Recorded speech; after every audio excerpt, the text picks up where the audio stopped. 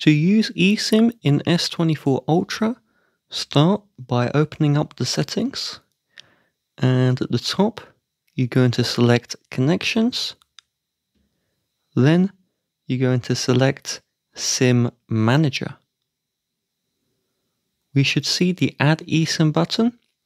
If your phone was bought from a carrier, when you tap the Add eSIM button, it should automatically detect your carrier's eSIM and it should automatically download it. But if it doesn't, select Search for eSIMs, and then you can use your carrier portal and search for the eSIM if it's available. If we were given a QR code like this, you would get this code if you called up your carrier and asked them to convert a physical SIM into eSIM. Tap Scan QR code, and then you would scan the eSIM QR code provided, and then it would add the eSIM. I'm already using the eSIM in this phone, so it won't move over.